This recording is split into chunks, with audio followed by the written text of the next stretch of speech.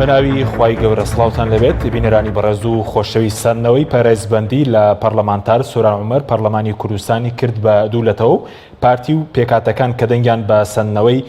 پارێزبەندی لە سۆران عومەردا خاوەنی 770,000 دەنگن لە هەڵبژاردننی پەرلەمانی کوردستان، بەڵام بە پێچەوانە ئەوانی کە ئەمڕۆ ئامادە نەبوون دەنگ بە سەندنەوەی متمانە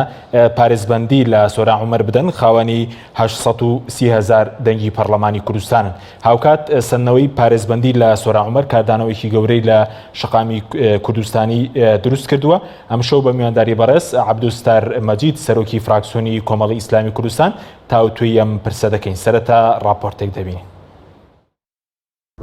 بە دەنگی 57 ئەندامی پەرلەمان پارێزبەندی لە بەڕێز سۆران عومەر سەعید هەڵگرتنی پارێزبەندی لە سەر سۆران عومەر پەرلەمانتاری کۆمەڵی ئیسلامی بە دەنگی فراکسیۆنی پارتی و فراکسیۆنە کەمەنەتەوەیەکان و بەبێ ئامادەبوونی سەرۆکی پەرلەمانی کوردستان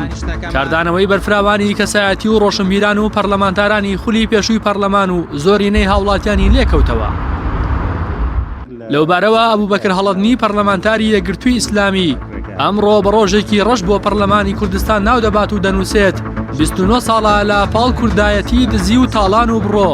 ئێستاش لە پشت یاسا سەپاندنی حکومڕانی کوتەک و چاوترساندن و لاجاتی دادگایی گەل بۆ خراپەکاران ئیرادە و ویستی گەل دادگایی دەکرێت. هەڵەدنی ئاماژی بەوە کردووە پاساوی ئەوانی ئەمڕۆ لە کۆبوونەوەی پەرلەمان بەشدار بوون کە با یاسا سەروەر بێت هیچ بنەما و ئەسڵ و ئەساسێکی نەبوو، چونکە دەرکەوت یاسا بۆ هەمووان نییە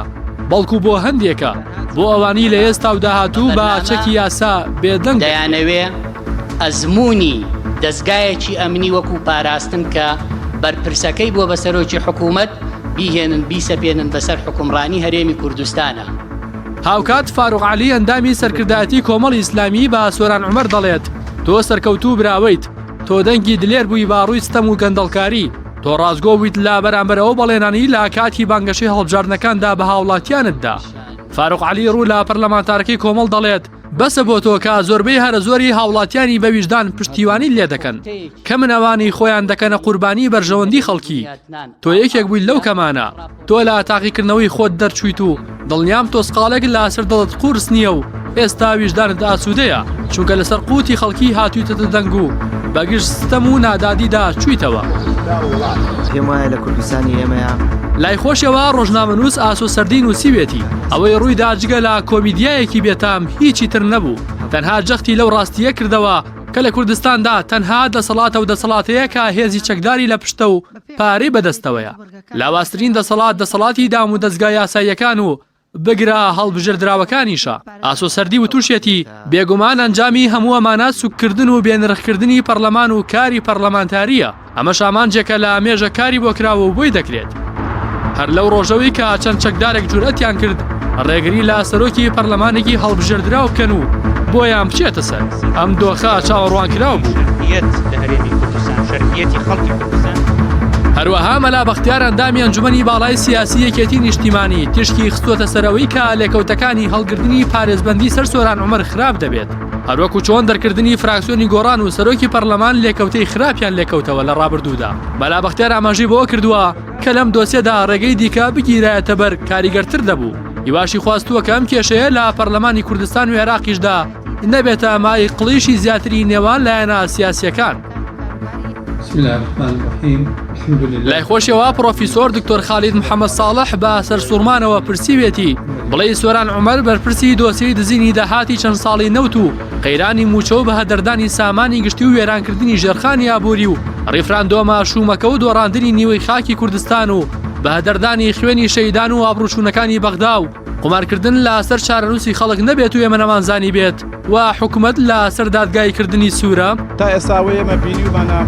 ئیسماعیل گەڵاڵیش پەرلەمانتاری خولی پێشووتری پەرلەمانی کوردستان ڕایگەیاندووە ئازادی مافە و ناخرێتە دەنگدانەوە. ئەوەی سۆران عومەر وتوێتی وەیانەوێ بیکەنە بیان و بۆ لابردننی پارێزبەندیەکەی بەشێکە لەو ئازادی بە پەرلەمانتار دراوە بۆ ڕاپەڕاندنی ئەرکەکەی، بۆیە نابێ بە ناوی زۆرینەی پەرلەمانەوە ئەو مافەی لێ زەوت بکرێ.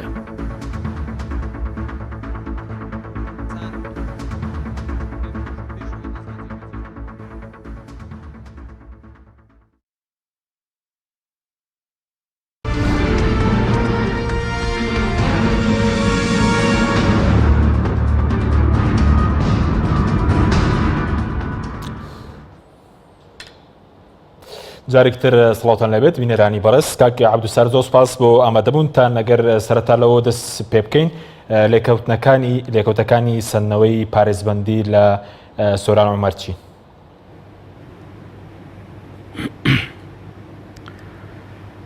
بەناوی خوای بەخشەندەی میهرەبان، سەلام و ڕەحمەت و بەرەکەتی خوای گەورە بەسەر هەموو لایەکدا بڕژێ. خۆشحاڵین جارێکی دی لێرە بە خزمەت هاوڵاتیان و بینەرە بە ڕۆزی خۆشەویستەکانی کەناڵی ئاسمانی پێیان دەگەینەوە. لە خوای گەورەش داواکانم خوای تەعالا تاعەت و عیبادەتی ئەم مانگە مبارەکە لە هەموو لایەک قبوڵ بکە و بەهۆی عیبادەت و تاعەتی باش و ئینشاڵڵا سەرمان پێی بەرز بێ و زیاتر لە خوای تەعالا پێی نزیک بینەوە و خوای تەعالا زیاتر بەرەکەت بخاتە کاروبار و هەست و کەوت و هەڵوێستمان. وەڵا ئەوەی کە ئەمڕۆ لە پەرلەمانی کوردستان ڕوویدا، پێم وایە ئەوە لە 19 ئاب کەمتر نەبوو و لە 19 ئاب بەڵکو خراپتر بوو و لێکەوتەکانیشی پێم وایە لە چەند ساڵی داهاتوودا بەزەقتر دەبینرێ کە حکومڕانی هەرێمی کوردستان بەرەو سیستەمێکی ئەمنی پۆلیسی هەنگاو دەنێ و دەیەوێت کە لە هەرێمی کوردستاندا هیچ کەس قسەی نەبێ و هیچ کەس بە گەندەڵی نەڵێ گەندەڵ و بە دز نەڵێ دز و بە ستەمکار نەڵێ ستەمکار و بە خراپەکان نەڵێ خراپەکار و هیچ کەسێکیش نە لە ماڵی ئەو کاتەی دڵنیا دەبێ و نە لە کەسایەتی دڵنیا دەبێ و نە دەتوانێت بە ئارامی لە هەرێمی کوردستان بژێ و ژیان بکە. بۆیە ئەم سیستەمە بەڕاستی دەتوانم بڵێم لە زۆربەی وڵاتانی دنیا کۆتایی پێ هاتووە، سیستەمی پۆلیسی و سیستەمی ئەمنی و سیستەمی تاکڕەوی کە هەمیشە کۆمەڵێک کێشە و وەک گرفت و کارەساتی گەورە گەورەی بەدای خۆی داهێناوە و لە کۆتاییشدا بەداخەوە ینی ئێمە بینیمان لە ماوەی ڕابردوودا ئەو سیستەم و حکومڕانانەی کە دیکتاتۆر و خۆسەپێن و خودخواه بوون ئەوانە چیان بەسەر هادیانی ئەمە ڕووخاتەبانێنی کەوتنە بن شەق و پێلەقەی خەڵک و زەماوەر کەم پێم وایە بەڕاستی بەرپرسانی هەرێمی کوردستان و قسە ڕۆیشت و بڕیار بەدەستانی هەرێمی کوردستان هیوادارم ئێستاش ینی کات کۆتایی پێ نەهاتووە پند و عیبرەت لەوانەی ڕابردووی ئەم دەوروبەرەی خۆمان وەربگرین کە ئەگەر تەمەنی هەرچەند درێژ بێ هەر نەگەیشتوتە نیوەی تەمەنی مرۆڤێک کە بە ئاسایی دەژێت لەسەر ڕووی ئەم زەویە. بۆیە من لێکەوتەکانی بەخراپ دەبینم ئەو هەنگاوانە ینی بەرەو ئەوەیە کە بە کورتی ئەم حکومڕانیە ئەم سیستەمە ئەم شێوازی بەڕێوەبردنی وڵاتە بکرێ بە شێوازێکی پۆلیسی و ئەمنی کە کەس لە پێستی خۆدا نەجوڵێتەوە و کەس بە ناحەق نەلێ ناحەق. ینی پێشتریش بەڕێز چەند جارێک باس لەوە کردووە گەر دەسەڵاتدارانی هەرێم چاکسازی نەکەن هەمان چارەنووسی مەسەڵەن دیکتاتۆرەکان و سەدامیشان دەبێت. ینی بۆم قۆناغەش ڕاستە تا ئێستا پەندیان وەرنەگرتووە خۆیان؟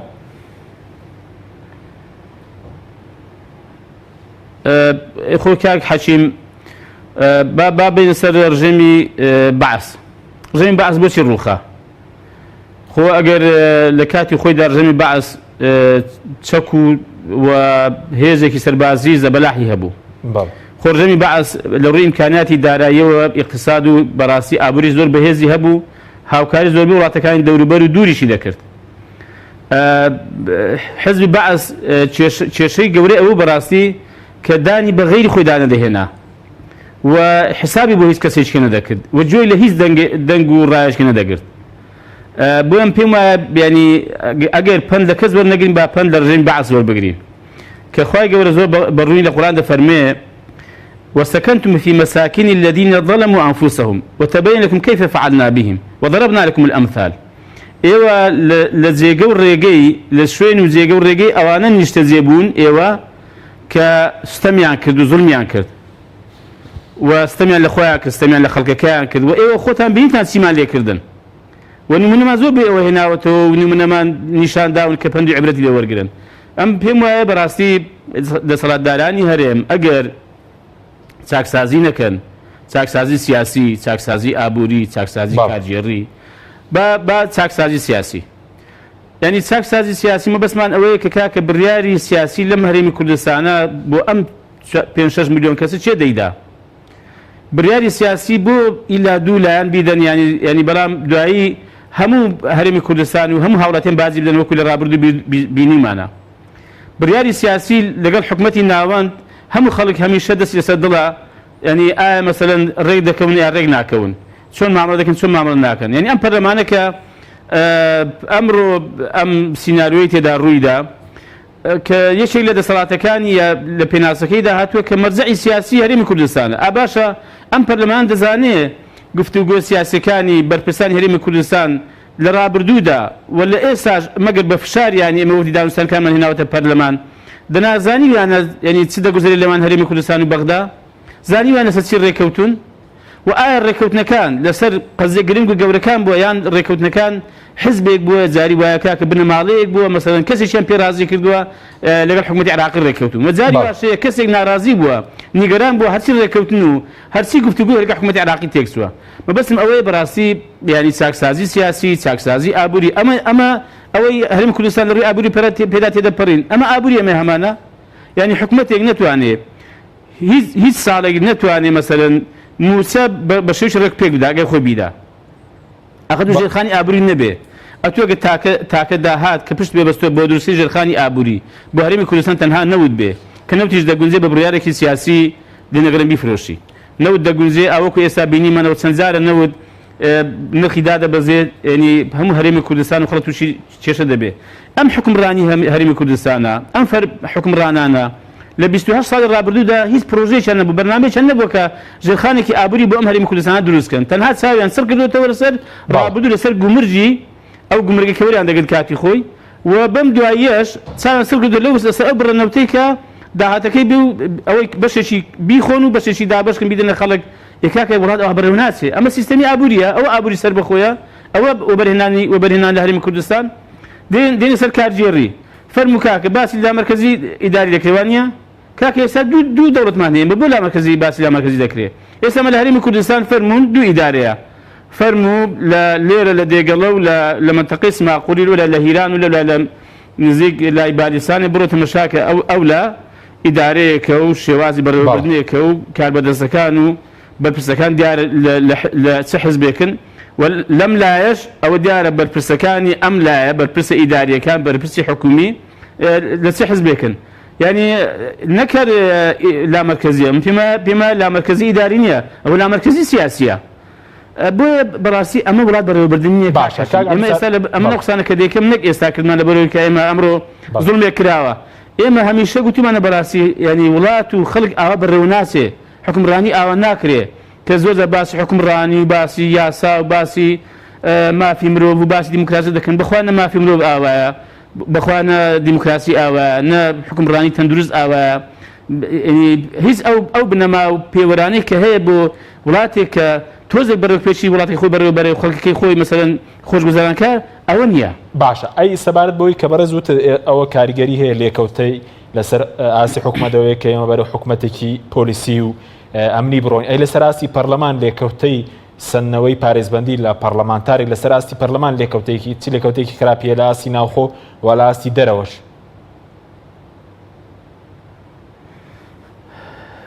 خۆی کاک حەچیم سەبار بە پەرلەمان لە ڕووی سیاسیەوە ئەم پێمە ئەو ڕووداوەی ئەمڕۆ درزێک دەخاتە نێوان لایەنە سیاسیەکانی هەرێمی کوردستان بە تایبەتیش فراکسیۆنەکانی هەرێمی کوردستان کەم دەتوانم بڵێم لەو ماوەی ڕابردوودا مامەڵەیەکی تەندروستە بڵێ ناو فراکسیۆنەکان بە ئەوانەی کە دەسەڵاتیان پێکەناو و ئەوانەی کە ئۆپۆزیسیۆنیشین، چونکە پەرلەمان شوێنی ململانی فراکسیۆنەکان نییە. ئێمە فراکسیۆن ینی فراکسیۆن معارەزەی فراکسیۆنی نییە. ئێمە هەمومان لە پەرلەمان ڕاست ئێمە معارەزەین، بەڵام هەمومان لە پەرلەمان ینی نوێنەری خەڵکین دەبێ بیر بکەین و بزانین داخۆ چی بۆ خەڵک باشە، چی یاسا دەربکەی بۆ خەڵک باشە، چۆن چاودێری حکومەت بکەین بۆ خەڵک باشە، چۆن بڕیار بدەین بۆ خەڵک باشە. بەڵام بەم شێوە بەڕاستی بەم زۆرە مامەڵەیە ئەم درز خستنە نێوان فراکسیۆنەکان و جیاکردنەوەیان دابەشکردنیان بەهۆی بڕیارێکە حزبێک دەیدا بەڕاستی پێم وایە لێکەوتی خراپی دەبێت دەرهاوێشتەی باشی نابێت کەمە ئێمە بەم دوایانە بەڕاستی کەوتبوونی سەرڕێیە کە بۆ نمونە بەنسبەت خۆشمان دەڵێم ینی مامەڵەی ڕاست دروست دەکرا ئێمە کۆمەڵێک پرۆژەمانە پرۆژەی چاکساک کە لە قازانجی خەڵک بوو لە بوارە جیاجیەکان فراکسیۆنەکانی کەس پشگیریان کردوونیوە دەنجی پێدراوە و خوێندنەوەی یەکەین بۆ کراوە بەڵام ینی ئەوە جۆرێککە لە درز و لە کێشە و ئەم پێم وایە لە لێکدووری نەکە لە نێوان فراکسیۆنەکانی ئۆپۆزیسیۆن و دەسەڵات لە نێوان فراکسیۆنەکانی ناو دەسەڵاتیش دروست دەکات و لەگەڵ بەشێکی دەسەڵات و لەگەڵ ئۆپۆزیسیۆنیش دروست دەکاتەوە ئەمە بەڕاستی پێمان وا بوو کە نەدەبوو ئەم کێشەیە بەم ئاراسی چارەسەر بکرێ هیوام نابوو کە بەڕاستی دەست بۆ ئەم زۆرە مامەڵە و ئەم زۆرە چارەسەر نەبن کە چارەسەرێکی دروست نییە و بەڕای ئێمە چارەسەرێکی یاساییش نییە باشە بەس بینە سەرەوەی کە زۆر جەرێمە گوێمان لە لێدوانی بەرپرسانی پارتی دەبێت کە ئێوە وەکو فراکسیۆنی کۆمەڵی ئیسلامی وەکو سەرکردایەتی کۆمەڵی ئیسلامی پارتیتان تۆ بە ئازاد بێ لە گرتنەبەری ڕێکاری یاسایی شتێکی لەو شێوەیە هەبووە یاخو شتێکی لەم شێوەیە وتراوە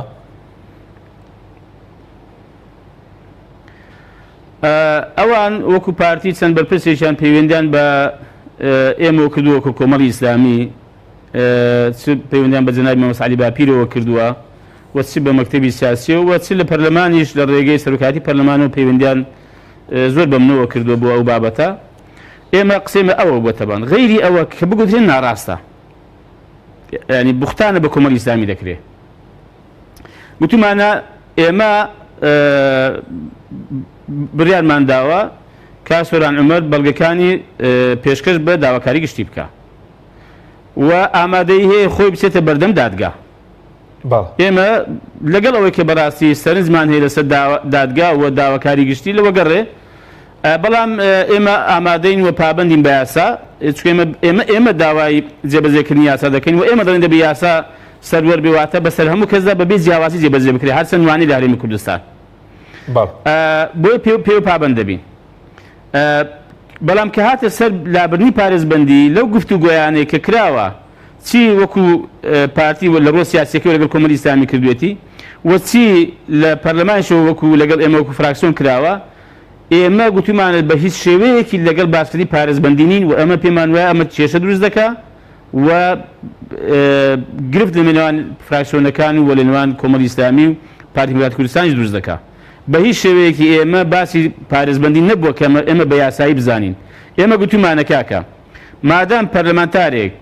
ئامادەیە بۆ خۆی بچێتە بەردەم دادگا چ پێویستەکە پارێزبەندی لێوە بگریەوە ئەگەر ینی ئامانجێک نەبێت لە وەرگرتن پارێزبەندی ناخۆمە زۆر ئاسایی سبێنێ کە با داواکاری گشتمیش داوا بکە دەستمە بەردەم دادگا بەڵگەی خۆشم دەبم ئەگەر ئەوان پێیانەوە تەشریفیان پێکراوە قسەیەکم کردێت کە یاسایی نەبوو بێ بەڵام پارێزبەندی بوو لا دەبێت پارێزبەندی لابردن ئێمە پێمان وایە بۆ تاوانی کەتن بۆ نمونە ئەگەر پەرلەمانتارێک زومی لێ کەسێکی کرد بێ خوانەخواستە کەسێک بە ناحەق بکوژێ لە کەسێک بدا ینی ئەوە جێی خۆی بەڕاستی پەرلەمانتار بۆ ئەوە حەسانە پێ نەدەوە پێ زۆرم لە خەڵکی بکە بەڵام پەرلەمانتار کە باسی گەندەڵی بکە باسی نەعەدالەتی بکە لە وڵاتە باسی ستەم بکە ئەوە بە هیچ شێوەیەک بە تایبەتیش کە ڕووی لە دەسەڵاتی جێبەجێکردنێک کە کاکە ئێمە قسەمان ڕووی لە دەسەڵاتی جێبەجێکردنەوە بە تایبەتیش معارەزە بێ بەڕاستی ئێمە لەگەڵ ئەوە نین نەک هەر لەگەڵ لێسەنەوە یا لابردنی پارێزبەندی نین لەسەر ئەندامانی پەرلەمانی فراکسیۆنەکانی ئۆپۆزیسیۆن ئێمە لەگەڵ لابردنی پارێزبەندی نین لە هەر فراکسیۆنێکیش کە منەوڕ ئاماژەشم پێکرد ئێمە لەگەڵ ئەوە نەبووین با ئێمە لەگەڵ ئەوە نین باسی ئومێد خۆشناویش بکرێ کە سەرۆکی فراکسیۆنی پارتی دیموکراتی کوردستانە و ئەوان ئەمڕۆکە ئیداری ئەم ینی ئەوەیان کرد بۆیە ئێمە پێمان وایە پەرلەمانتار ئەو حەسانێک کە هەیەی بۆ ئەوەیە کە بتوانێت دوو قسە لە خەڵک زیاتر بکە و چاودێری دەسەڵاتی جێبەجێکردن بکە و پێی بڵێ کاکە ئەمە نایاساییە ئەمە ناشەرعیە ئەمە زوڵمە ئەمە گەندەڵیە ئەمە نابێ بکرێتە بەند باشە ئەگەر پارێزبەندی لا ببەی بۆ هەر شتێک کە تو ئارەزوو لێی بوو پەرلەمانتارێک لەگەڵ کەسێکی شەقام هاوڵاتێکی ئاسایی جیاوازی چییە؟ بۆیە ئێمە بەڕاستی ئێمە بووە ئەوەی تر هەر شتێکی بگوترێ بۆ زانیاری هەموو لایەک ناڕاستە بەڵێ کەواتە ینی کاک سۆران عومەر وەکو فراکسیۆنی خۆشتان ئامادە بوو بچێتە بەردەم دادگا بەڵام پارێزبەندی لێ نەسەندێتەوە بەڵگەکانی پێشکەش بکات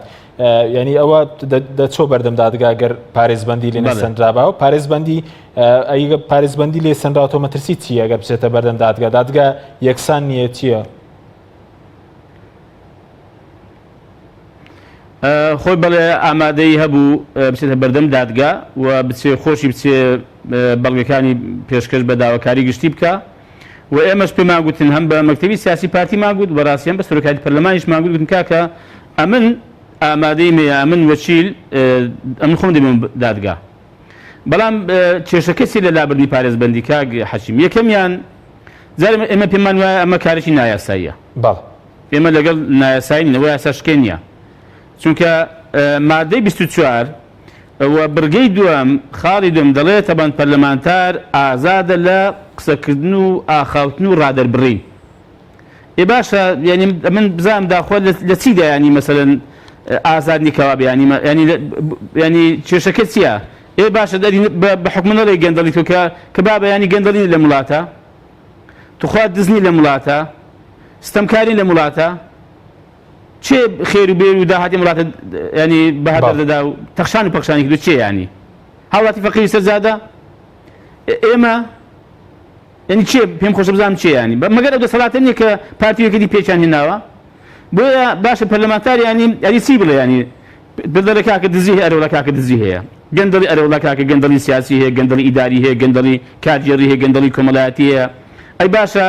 زوڵم نییە یعنی چەندەها خەڵک لەم وڵاتە ئێستا لە سزن ناناڵێن بە ناحەق و بە زوڵم ئەی کاکە چەندەها کەس لەم وڵاتە بە ناحەق نەکوژراوە ینی چی لە بەرامبەر کراوە باش پەرلەمانتار نەڵێ کاکە ئەمە زوڵمە مە ناحەقیە ئەی بابە چی بڵێ ینی بۆیە ئێمە بەڕاستی مەترسیەکەمە خاڵێکی کەش ئەوەیە بەڵێ ئێمە پێمان وایە دادگاکان سەربەخۆنین دادگاکانیش بەڕاستی حزب دەستی تێخستووە و زۆر جار حزب بڕیاریان بۆ دەدا و لە دەرەوەی حزب ینی جاری وایە بڕیار بۆ دادگاکانیش دەدرێت بۆ ئێمە بەڕاستی متمانە و سیقەی تەوامان نییە بە دادگاکان بە تایبەتی لە کەیسە گەورەکان بە تایبەتی و بابەتانی کە ڕاندێکی سیاسی هەیە مناڵم ینی بۆ خەڵکێکی ئاسایی ئەم وڵاتە بڵێ هەمووی هەر ناحەقێ و دادگاکان هەمووی هەر زوڵم دەکات نانە ئەوە ناڵم بەڵام بەڕاستی لە کەیسەکانی کە ڕەهەندی سیاسی هەیە و بابەتی گەورەن و ئەوانە ئێمە هەمیشە بەڕاستی گومانمان هەیە لەوەی کە دادگاکان ڕێبەڕێڕەوی تەندروست و یاسایی و مەشروعی خۆیدا نەڕوە بۆیە ئێمە پێشنهاد دەکەین لەوەدا فەرموو بە ئەم کەیسە بابی بینی دادگایشی بەغدا دادگایشی کەرکووک کاکە بابی گوازنەوە سلەیمانی ئێمە رازین ئێمە رازین ئەو کاتی پارێزبەندیش داچوو کێشەمان نییە ئەوە ئەمە لێرەوە قسە دەکەم فەرموون بابی گوازینەوە فەرموو ئەمە بەڵگەی خۆمان هەیە بەڵام کاکە ینی بەسەراحەت ئەو دادگای کە لێرانەوە ئیدارە دەکرێت یا ئەو دادگایەوە کە لە سلەیمانی ئیدارە دەکرێت کە کاتێک قەزێکی ئاوا بێ ئێمە بەڕاستی دڵنیا نین لەوەی کە بە شێوەیەکی تەندروست مامەڵەوەی کە کەیسەکەی دەکرێت بەڵێ ینی ئێستا ئێوە ئامادەن لەگەر دادگایەک بێت لە دەرەوەی هەولێر و لە بەغداژ ئامادەن بەڵگەکان پێشکەشکەن یا دادگایەکی سەربەخۆ بێ یان کۆمەڵی خەڵکی سەربەخۆ بێت بەڵێ بێگومان لێرە ڕای دەگەێنم فەرموو باکار لەسەرەوەی بکرێت لە دادگایەکی دەرەوەی ئێرانە بێ لە بەغدا بێ ئێمە رازین لە کەرکووک بێ رازین ئەگەر ئەوان بڵێ من ناگازین سلەیمانی بەهەرحاڵ باشە فەرموون با کەرکووک بێ با بەغدا بێ ئێمە رازین ئەو تەحەداش دەکەین تازە پارێزبەندیش داچوە بەڵێ بەخۆی بەڵگەکانی خۆی بابچێتە ئەو دادگایە باش ئەی وەکو فشار ئەم فشارانە وا لەوێ دەکە ئێوە بترسن لە مەودووە ڕەخنە نەگرن بەکاری خۆتان هەڵنەسن وەکو هێزێکی ئۆپۆزیۆن کە پێشتریش مەسەلەن بەرکەوتنی زۆرتان هەبووە لەگەڵ پارتی دموکراتی کوردستان وڵای کا حەچیمەوە ڕەنگە هەرخۆشی نەبێ بیڵێنەوە مێژووی کۆمەڵی ئیسلامی پڕ بووە لە بەڕاستی هەوراز و نوشێ و زۆر ناخۆشی و قۆناغی سەختی لە مێژووی خۆیدا بڕیوە زۆر سەختتر لەوانە بەڕاستی ینی لە قۆناغی داوا هەبووە تەبەن دەوڵەت هەبووە دژایەتی کۆمەڵی ئیسلامی کردووە و بە هەموو هێزێکی ویستوێتی کۆمەڵی ئیسلامی لە قەناعەت و مەبدەکانی خۆی پەشیمان کاتەوە ئێمە کۆمەڵی ئیسلامی موشەباران کرا 50 کەسمان زیاتر نزیکەی 50 کەسمان لێ شەهید بوو هەمووی ئاوارە و دەربەدەر بوو ئێمە لەو مەبدا و قەناعەتی خۆمان ناتنی خوارد کۆمەڵی ئیسلامی مامۆستا عەلی باپیری لێ گیرە لە مەبدە و قەناعەتەکانی خۆی نهاتە خوارێ کۆمەڵی ئیسلامی زۆر ناڕەحەتی خۆمانمان بینیوە چ لە زمانی ڕژێمی بەعز کە ئەو کاتێ بزوتنەوەی ئیسلامی بوون چ دواتریش کە کۆمەڵی ئیسلامیمان ڕاگەیاندووە ئێمە نەش هاتوین شەڕ لەگەڵ دنیا بکەین و ئێمە بڵێن پاڵەوانین ئێمە هەندێک مەبادی و قەناعەتمان هەیە کە پێمان وایە حکومڕانی بەم شێوە دەکرێت ئێمە پێمان وایە کاکە ئەم خەڵکە هەژار و بەشمەینەتە زۆر مستەمی زۆر لێکراوە شایستەی ئەوەیە کە خزمەتی بکرێت شایستەی ئەوەیە کە ژیانێکی مرۆڤانەی پێ ببەخشرێ ئێمە دەڵێن کاکە حکومڕانی و خزمەتکردنی خەڵک ئاوا نابێتەبان ئەوەی مە گوتمانە بەڕاستی زوڵم زۆر لە وڵاتە گوتمانە کاکە گەندەڵی زۆر لە وڵاتە منە کاکە سیاسەتی هەرێمی کوردستان چ لەگەڵ عراق چ لەگەڵ وڵاتانی دەوروبەر بەم شێوەی نابێ ئەو قسانە بەڕاستی ئێمە هەمیشە دەکەنی بەردەوامی لێن لەسەری چکە هیچ پەیوەندیشی بە کۆمەڵی ئیسلامی نییە ئەو پەیوەندی بە بەرژەوەندێکی گشتیەوە هەیە ئێمە حەز دەکەین هەر کەسێک ڕخنەی لە کۆمەڵی ئیسلامی هەیە لە ئەدای کۆمەڵی ئیسلامی هەیە لە سیاسەتی کۆمەڵی ئیسلامی هەیە ئێمە بڕوا بکە لەسەر ساوانی دادەنین و قبولیشی دەکەین و ئامادەیمان هەیە لە بڕیار و لە هەر هەڵوێستێکیش کە ینی باش نەبێ و دروست نەبێ تەندروست نەبێ لێشی پاشگەزبین لێشی پەشیمان بینەوە بەڵام مەبدە و قەناعەتمان کە پێمان وایە ئافەرمەوەی کە ئەمڕۆ ڕوویداوە یعنی ئێستا ئێمە کۆمەڵی ئیسلامی بڵێنسی یعنی بڵێن ئێمە شتێکی باش بوو ئێمە دەڵێن کاکە ئەو کارێکی خراپە ئێمە دەڵێن کاکە ئەوە زوڵمە وەڵای دەڵێن کاکە جان ئەمە لە جێبەجێکردنی یاسادە بانێک و دووهەوایە باشە کاک حەشیم هەرەوەی ئەمڕۆ من یەک سەرنج بڵێم ئەگەر یاسا جێبەجێ دەکا ینی ئەم دوو بەڕێزەی کە ئەمڕۆ سەرۆکایەتی پەرلەمانیان کرد بۆ وەرگرتنەوە متمانە لەو چوار پەرلەمانتارێکە ئەمڕۆ ئەوەی ڕوویدا باشە بۆ ئەوەی سۆران عومەر 57 دەنگ دێنێ بۆ ئەوەی کاگومێت 3-4 دەنگ دێنێ بۆچی ئەم هەر ئەو دەڵێم ینی ینی یاسا لە کوێ ینی سوپاس دەکەم ینی کوا دادگەری بەڵێ سوپاس دەکەم ناوبڕێکم ڕاستیکە حەچیم جانیانی ئەوە ئێمە جان سوپاس دەکەم ناوبڕێکمان هەیە دێمەوە خزمەتت سوپاس دەکەم بەڵێ بینێرانی بڕێز ناوبڕێکی کورت و دەگەڕێنەوە وڵاتە تۆپ چاکە بریکاری تۆڕی میدیایی کۆمەڵ بۆ دروستکردن و بڵاوکردنەوەی ڕێکلام تۆپ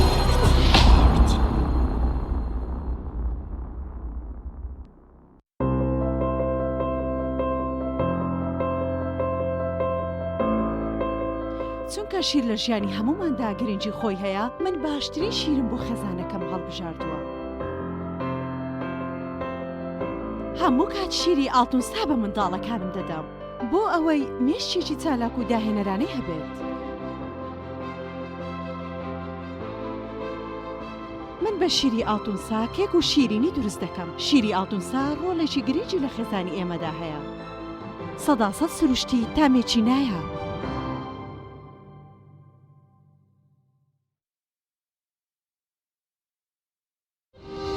ساردخانەی چوارقورنە بۆ یەکەمین جار گەورەترین ساردخانە لە سەر ئاستی عێراق و پارێزگای سلێمانی لە دەشتی بە پیتی بتوێن کراوەیە ئەم ساردخانەیە سەرمایەیەکی باشە بۆ هەموو جوتیار و خاوەن کێڵگەکان کە چیتر بەرهەمەکانیان هەرزان فرۆش نەکەن سوود لەم ساردخانەیە وەربگرن لە ساردخانەکەمان توانای پاراستنی 1400 تەن بەرووبوومی جیاوازی هەیە کە سەرجەم بەرهەمە کشت و کاڵیەکان لەگەڵ هەموو جۆرە بەرووبوومێکی شیرەمەنی و بەشی تایبەت بە پاراستنی گۆشت و ماسی و مریشک کراوەتەوە و دەتوانن بەکاری بهێنن ساردخانەکەمان جگە لە بوونی کارەبای 24 کاتژمێری گرنتی پاراستنی سەرجەم بەرهەمەکانی لە ئاستۆدایە هەمیشە داشکاندنی بەرچاو دەکات بۆ سەرجەم جوتیار و خاوەن کێڵگا پەلەوەریەکان ساردخانەکەمان بە سەرپەرشتی مامۆستا عەبدوڵڵا و سلێمان شاخەوان ناونیشان چوارقورنە نزیک پێشانگاکانی فرۆشتنی ئۆتۆمبیل ساردخانەی چوارقورنە سۆزی دایک بەهێزمان دەکات دوای پێکەنین و گریان شیری ئەبتلۆن ئارامبەخشە بۆ ئەوەی منداڵەکەت لە شولارێکی تەندروست و بەهێزی هەبێت شیری ئەبتلۆنی هۆڵندی بەکاربێنە شیری ئەبتیلۆن لە تەمەنی 1 ڕۆژی تاوەکو 3 ساڵی بەکاردێت ئێستا توانە وەزر و داهاتووی منداڵەکەت زامن بکە لەگەڵ شیری ئەبتلۆنی هۆڵندی شیری ئەبتلۆن ڕاستەوخۆ لە هۆڵندا بۆ کوردستان دێت ئەبتیلۆن باشترین شیری سەردەم برنجە شتێک بخۆن کە دڵنیابن لەسەر چاوەکەی چونکە تەندروستیتان لە هەموو شتێک گرنگترە. برنجی سروشتی شیمال باشترین جۆری برنج لە تەواوی دنیا، ئەویش بەهۆی ئەوەی لە خاکێکی بەپیت و جەوێکی شێدار و باراناوی شیمالی ئێراندا دەڕوێت. برنجێکی سروشتیە و هیچ مادەیەکی کیمیایی و حافزەی تێکەڵ نییە و هیچ زیانێکی بۆ سەلامەتی و تەندروستی و قەڵەوی نییە. بگرە زۆریش بەسوودە. پێکاتە و ڤیتامینەکانی برنجی سروشتی شیمال پرۆتین، ئاو، ڤیتامین ئی، کالیسیۆم، ئاسن، مەگنیسیۆم، مەنگەنیز، پۆتاسیۆم، ڤیتامین B1، B2، B3، B5، B6 واتە ئەم برنجی کارگەکان نییە خاڵی بێت لە ڤیتامین، بەڵکو و چڵتوکە و خۆمان کڕی دەکەین. شێوازی لێنانی لەگەڵدایە. بۆ دەستکەوتنی برنجی سروشتی شیمال پەیوەندی بکەن بە 0حوسەد و 353 27 27 هەر کات تاقیتان کردەوە خۆتان بڵاوی دەکەنەوە.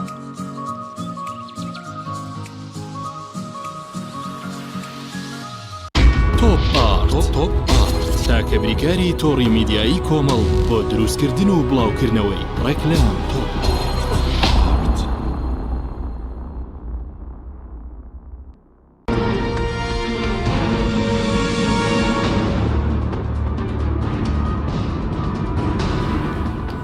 جارێکتر سڵاوتان لەبێت بینەرانی بەڕێز کاک عەبدولستار پێش ناوبڕەکە باسیەوەت کرد کە لە کۆی ئەو 4 پەرلەمانتارەی کە خراببوونە دەنگدانەوە تەنها کاک سۆران 57 دەنگی بەرەستێنا بەوانەی تر هەریکیان 3 دەنگ و 4 دەنگیان بەرەستێنا بوو. باسیەوەت کرد کوای یاسایە لەسەر داواکاری گشتیش دەمەوێت ڕێی بە ڕێزت بزانم، ینی داواکاری گشتی بەرکی خۆی هەڵستاوە یاخود کاری تر نییە کە پێی هەڵسێت لەوە باشتر نییە لە مەسەلەی پارێزبەندی پەرلەمانتار؟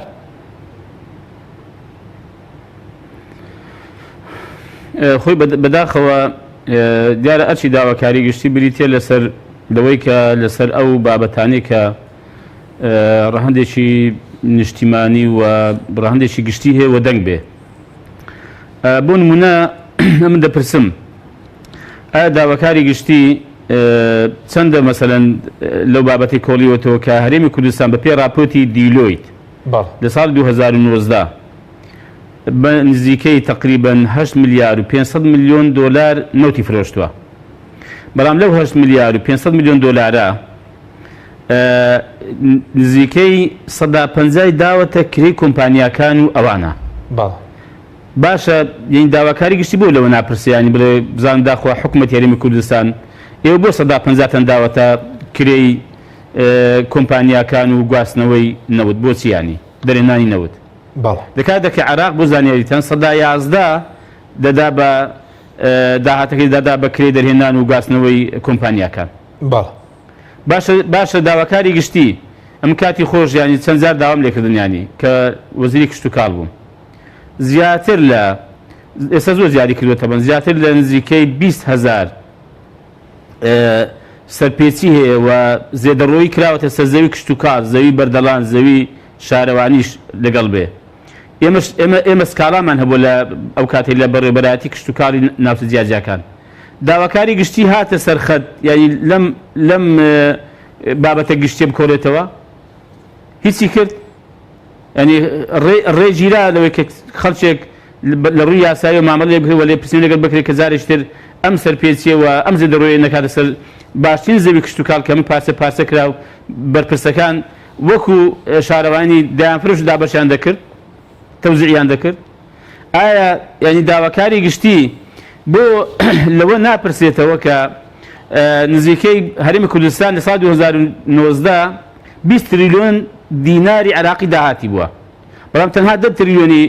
دیارە. ئەوەی کە لەکوێیە چی لێ هاتووە؟ بۆ داواکاری گشتی بۆ دوای ئەم شتانە داناسێ. داواکاری گشتی بۆ لەوە ناپرسێتەوە کە چەند جاریش باسکە بەڕاستی لەشکرێک هەیە بە ناوی ڕۆژ کە سەر بەهێزی زێرەڤانیە و لەسەر بودجەی وەزارەتی ناوخۆی حکومەتی هەرێمی کوردستان بوسێ وەردەگرێ. باشە بناپرسێکا کە ئەم داهاتە ئی هەرێمی کوردستانە ئەم لەشکرە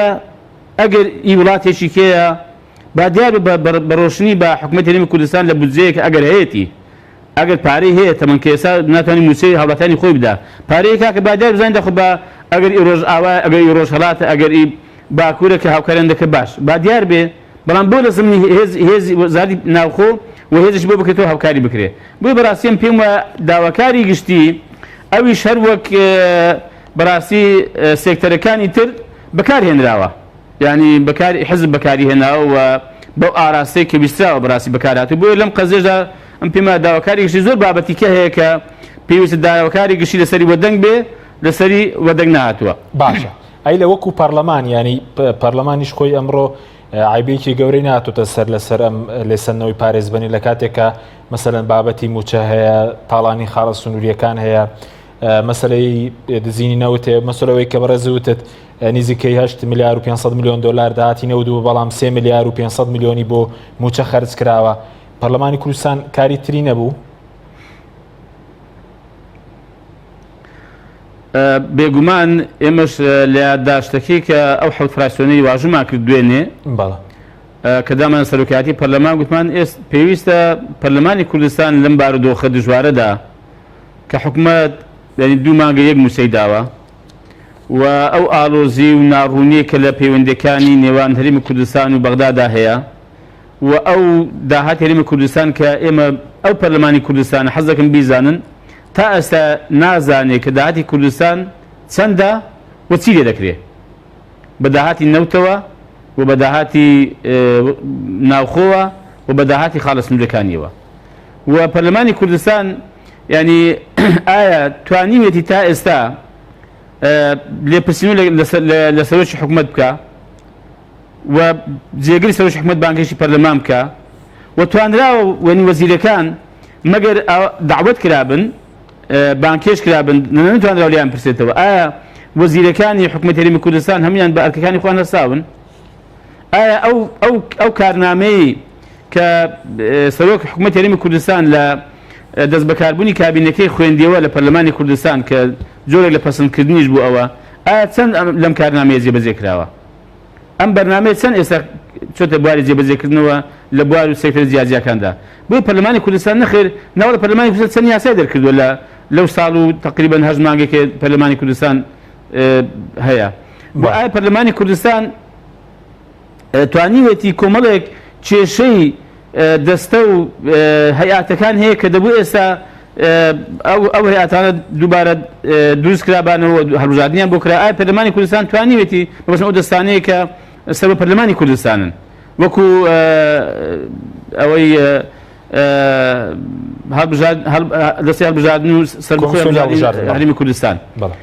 پێم وایە پەرلەمانی کوردستان زۆر کۆمیسیۆنی هەڵبژاردنی کوردستان پێم وایە پەرلەمانی کوردستان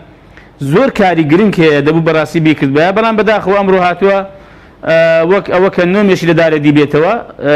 و ئیشێکی زۆر گەورەی پەیدا کرد بێ و مهمەش زۆر گەورەی ئەنجامدا بێ ینی لابرنی پارێزبەندی لەسەر چەند پەرلەمانتارێکی ئەمە کردوتە بابەتی کوبن و بەرنامەی کار باشەی وەکو حکوومەتیش تا چەندێک ئەمە ئەم زەقکردنەوەی ئەم دۆسیانە بۆ لە بیربردنەوەی مەسلەی موچە گەندەڵی خاڵە سنووریەکان ئەو دزێکە لە بوارینەوە دەگرێت تا چەند بۆ لە بیربردنەوەیەوەشە کە ئەم لەلایەن حکوومەتەوە زەق دەکرێنەوە دۆسی پارێزبەندی پەرلەمانتارن. وڵای بەداخەوە حکوومەتی هەرێمی کوردستانیش خۆی کۆمەڵی کێشەی هەیە و کۆمەڵێک دۆسی هەیە حکوومەتی هەرێمی کوردستان دەبوو ئێستا خەریکی بە چارەسەری کردبایە دەبوو حکوومەتی هەرێمی کوردستان خەریکی ئەوەی بواە کە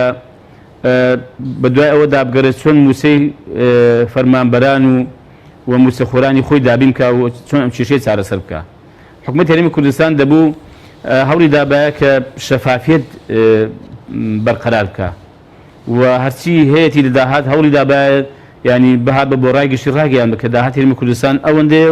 و بەم شێوەیە خەرج کراوە حکوومەتی هەرێمی کوردستان ئێستا ینی خۆی بەڕاستی لە بەردەم ینی قەیرانی سەختدایە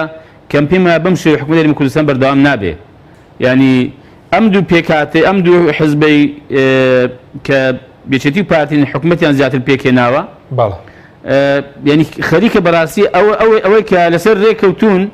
کە بە حساب هەردووشان بەیەکەوە حکومڕانی هەرێمی کوردستان بکەن لێک هەڵوەشێتەوە لەسەر زیینی وەرتێ لەسەر ئێستا بابەتی لامەرکەزی ئیداری و لەسەر ئەوە کە چۆن مامەڵە لەگەڵ حکوومەتی عراقی بکرێ و وەزیرەکان چێ بن و کاکە وەکو بڕاک و کەڵێکی سەر ئاوە وایە ینی حکوومەتی هەرێمی کوردستان دەبوو هاتبا ینی خۆی قایم کرد بە کێشەکانی خۆی چارەسەر کرد بە و پێویستی نەدەکرد پێم وایە پێویست نەدەکرد کە بێ دەست بۆ لابردنی پارێزبەندی سەر پەرلەمانتاران بکە پێویست نەدەکرد بەڵکو پێویست دەکرد بە کردەیی جوابی پەرلەمانتارەکان دەتو بە تایبەتی ئۆپۆزیسیۆن ئەگەر حکومەتی هەرێمی کوردستان بیتوانی بە کردەیی خزمەتی شایستەی هاوڵاتیانی هەرێمی کوردستان بکە شەفافیت بەرقەرار بکە لە داهاتدا لە خەرجیدا و لە ڕووی بڕیاری سیاسیەوە ڕوون و ڕاشکاو بێ لە پەرلەمانی کوردستان سیاستەکانی خۆی بە تایبەتی بەرامبەر بە حکومەتی عێراقی بخاتە ڕووتەبان و بیتوانی بە خزمەت گوزاریە ئاسایی یاساییەکان پێشکەش بە هاوڵاتیانی هەرێمی کوردستان بکە باشی وەڵام بەڕاستی پێش بەوە ناکە مشەوەش بکە خۆ تێک بدا و هەموو کێشە و گرفتێکی ببێتەوەی کە پارێزبەندی سەر پەرلەمانتاری لاب بە باش ئەم پێم وایە حکومەت دەبوو کاری زۆر گەورەی کرد بەڕاستی ئەوە بەڕاستی هەست دەکەم دیدگای حکومڕانی ئەم کابینێ زۆر تەسکە زۆر گسکەیە دەبوو زۆر گەورە تەماشا بکە زۆر بیانی دوور ببینێ بزانێت داخوا چی قازانجی هەرێمی کوردستان و هاوڵاتیانی کوردستان بیکە بڕاوکە و کاتێ ئێمە قسەمان نەدەما هەبمانی زبارەخنە بگرین ڕەخنەمان نەدەبوو بەس ئێستا ئەگە بوێ باسی من نارم هیچ چاکەشینی حکومەت قەت وامان نەگوتو ئێمە بەڵام ئەگە بتێ باسی چاچی بکە ئێستا حالی نیمانە چیمانێ حەز دەکەم بیزانم چیمان هەیە یعنی فەرمی دوومانجیان خەڵک دەژورێ کرد هێندەی ئێمە داوامان کرد کاکە بابە شتێ بدەن بەم خەڵکە ئەوەی کە موسەخۆرە هەشتێکی پێ بدەن تەمەن کاکە ئەوەی کە یعنی بێکار و کەسابەت بووە فەقیرە دەژورێت کردووە هیچی پێ نادێ هەدەڵێ کاکە لە ماڵان بمێنەوە هیچ کەنا بڕۆ تەماشا وڵاتان کە چی دەکەن باش کاکە حکومڕانی چۆن وا دەکرێت سەرپەرشتی و بەڕێوەبردنی کاروباری خەڵک چۆن ئاوا دەکرێت بەڵێ کاتم زۆر کەمەوە 5 دقەیەک بە کورتی چەند پرسیارێک سوپاس دەکەم سەبارەت بە ئەمڕۆی کەوەی کە پێکهاتەکانیش بەشدار بوون تا چەندێک مەسەرەن ئەمە لادانە لە ینی لە کاری خۆیان کە مەسەرەن 14,000 دەنگیان هەیە بەڵام 11 کورسی پەرلەمانی کوردستان دراوە بە پێکهاتەکان کە زۆر جارە لە حیزبێکە و قۆڕق کراون لە کاتێکا لە عێراق لە 329 کورسی پەرلەمانی عێراق 9 کورسی پێکهاتەکان هەیە تا چەندێک گرینگە ئەم کورسیانە ینی نوێڕایەتی ڕاستەقینەی تورکمانی ڕەسەن مەسیحی ڕەسەن و ئەرمەنی ڕەسەن بکەن وڵای خۆی ئەوە یەکێک لە کێشەکانی هەڵبژاردننی هەرێمی کوردستان ئەمە کاتی خۆی داواشمان کرد ئەم یاسایە دەستکاری بکرێت کێشە لە یاساکەی هەیە چکە و یاسایە بە بەرژەوەندی حزب باڵادەستەکانی هەرێمی کوردستانە بە ئارەزوی خۆیان بەڕاستی خەڵکیان داناوە و بۆ تەواوکردنی نیسابیشیان بوو یعنی بەرنامەکەیان وا بووە کەمە گوتمان کاکە بەلایانی کەم بابین یاساکەی بگۆرن بەلایانی کەم با پێکهاتەکان ئەوەی کە هەیە کە منەتەوایەتیەکانی هەرێمی کوردستان بە خەڵکەکان ینی تەنها خەڵکیان بتوان دەنگ بە کاندیدەکانیان بدەن نەک هەرێمی کوردستان ینی ینی هەیە مەسەن بە 200 دەنگی مەسەن بۆتە پەرلەمانتار زۆر ئاسانە حزبێک دەنگی پێدەدا و دەری بسوێنێ بۆیە بەڕاستی ینی کێشە لە یاساکەی هەیە یەکەم دومیش من پێم وایە بەنێ ئەم کۆتایانەش یا ئەم پێکاتە بەڕێزانی کاشن بەڕاستی دەبێت بینی خۆیان ئیگلا بکەنەوە ئایا کۆتای پێکهاتەکان کۆتای نەتەوە و کەمە نەتەوایەتیە جیاجیەکانی هەرێمی کوردستانن یا کۆتای فراکسیۆنی پارتی دیموکراتی کوردستانن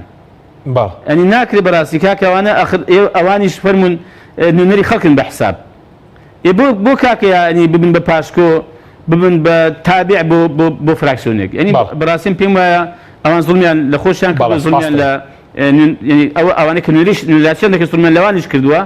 پێم وایە نابێ وا بکەنەوە من ئومێد دەکەم کە ئینشاڵڵا بۆ لەمە دووە ئەمە دووبارە نەبێتەوە باشە کاتم زۆر کەمەوە بە سەبارەت بەوەی کە ئەمڕۆ واهەز دەکەنەوە لە ڕووی دەنگەوە و فراکسیۆنەکەی خۆتان براوە بوون چونکە ئەو فراکسیۆنانێک کە لەگەڵەوە بوون لە ڕووی دەنگەوە خاوەنی 830,000 لە هەڵبژاردننی پەرلەمانی کوردستان بەڵام پارتی و بڵێن پێکاتەکانیش ئەگەر بڵێن 770,000 هەنگاوی داهاتوشتان چی دەوێت لە پەرلەمان ئێوە برابوون لە ڕووی دەنگەوە کە توانیتان ئەمڕۆ مەسەرەن بایکۆتی پەرلەمان بکەن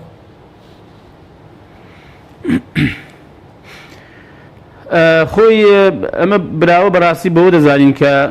ئێمە لەسەر مەبدە و لەسەر قەناعەتی خۆمان بمێنینەوە بەردەوام بین ئەوەیە کە ئێمە ئەوەی کە بە نایاساییمان زانیوە و بە ئەومان زانیوە کە ئەمە ئەمرون دووبیرە باللەیل ئەوە شتێکی لە بندایە ئێمە قسەی خۆمان بردە سەرووە خاوەنی هەڵوێستی خۆمان بووین بە تێکرا فراکسیۆنانە کە ئێمە بایکۆتی کۆبوونی پەرلەمانمان کرد چونکە بەڕاستی بردنەوە هەر ئەوە نییە ئەوەی کە ئێستا ئەوەی ویستراوە لابردنی پارێزبەندی لەسەر پەرلەمانتارێک بردیانێتەوە تەوان پێم وایە بردنەوە ئەوەیە کە ئێمە توانین دەنگێکی بەهێز بین و دەنگێکی بوێر بین کە بەڕاستی بڵێن ئەوە ناحەقە و ئەوە ستەمە ئەوە یاساشکێ نییە ئێمە لەگەڵ نین و پێشم وایە دەنگدانەوەی باشی بوو هەڵوێستێکی زۆر گەورەش بوو ئەم پێم وایە ینی هەموو خەڵکی کوردستان بەم هەڵوێستە بزانێ کە زۆر جار دەگوترێت کاکە یاری هەڵوێستیان فراکسیۆنان سێری هەڵوێستی پەرلەمانتارەکە سێری کاکە بۆ بێدەنگەکە بۆ مەسەرەن بێدەنگدابین هەر کاتێک بەڕاستی من ئەوە دووپات دەکەمەوە هەر کاتێک پێویست بێ ئێمە هەڵوێستێکمان ببێ ئەگەر وەکو باسم کرد بە بازدانیش بێ ینی کۆمەڵی ئیسلامی هەموو بازە سەبدەن ئێمە ئەو هەڵوێستە دەمێنین ئەو بڕیارە دەدەین بۆیە پێم وایە لەم ڕۆ بردمانەوە ئەمە لێرەشەوە بەڕاستی دەمەوێت سوپاسی هەموو فراکسیۆنانە بکەم یەکێتی نیشتیمانی کوردستان بزوتنەوەی گۆڕان یەکگرتووی ئیسلامی نەوەی نوێ و فراکسیۆنی ئازادی و ئەو سێ برادەرەی کە بڵێن وەکو سەربەخۆکان ئێستا نەبوون بە فراکسیۆنێک ئێمە بەڕاستی سوپاسیان دەکەین بێرای سوپاسی ئەو خەڵکی جەماوەرەش کە دیارە پشتیوان بووە ئەمە دەستخۆشانی دەکەین بەڕاستی ئەوە هەڵوێز بوو ئەم پێم وایە پەرلەمان ینی پەرلەمانتاری و پەرلەمانتاری نراتیکردنی خەڵک ئاوا دەبێت باشە هەڵوێستی کە ئاوا ببێ